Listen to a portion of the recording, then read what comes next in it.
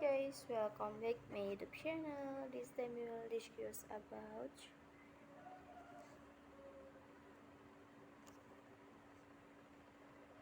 delegation. Here we go, let's show the video. Delegation is the restriction of authority to other persons or normally from a manager to a subordinate to carry out specific activities. It is the process of distributing and instructing works to another person and therefore one of the core concepts of management leadership. The process involves managers deciding which works they should do themselves and which works should be delegated to others for completion. From a managerial standpoint, delegation involves shifting project responsibility to teams member, giving the teams opportunity to finalize the work products effectively. With minimal interventions, the opposite of effective delegation is micromanagement, where a manager profits too much in both duration and review of delegated works. Delegation empowers a subordinate to make decisions. It is a shifting of decision-making authority as well as responsibility for the result from one organizational levels to another lower ones. However, a certain level of accountability for the outcomes of the works just remains with the persons who delegate the works to begin with. There are a number of reasons someone may decide to delegate this in scope. To free themselves up to do other tasks in the base of their own. To have the most qualified persons making the decisions. To seek another qualified person's perspective on an issue. To develop someone else's ability to handle the additional assignment judiciously and successfully.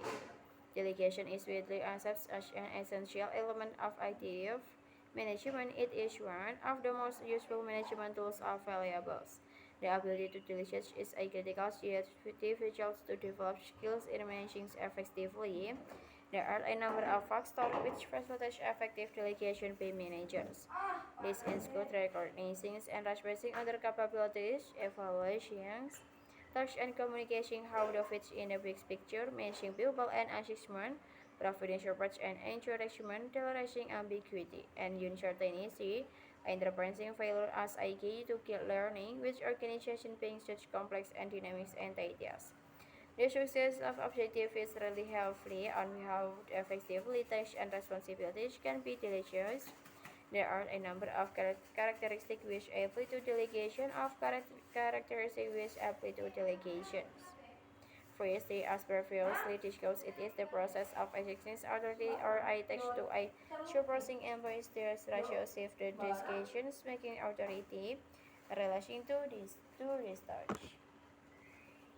The delegation of tasks across organizational levels creates connection and develops a sense of authority.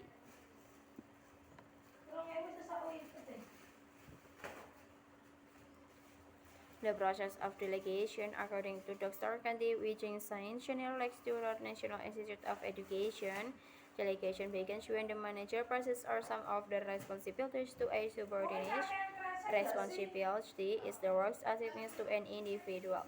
Delegation is strongly dependent on a supervisor's ability to communicate, motivate, and understand individual preferences and differences. The process of delegation involves ensuring that a task and appropriate employees have been selected. The process of delegation requires preparation, initiation, implementation, and closure. The task assigned to an individual should not include those which are a traditional part of the roles. While a manager is able to delegate authority to carry out a given task, the ultimate responsibility is not transferred. This means that delegation involves a process of sharing, which may include authority. Apa? Jam ya kuah kita aku na rib-rib. Jam. Lah.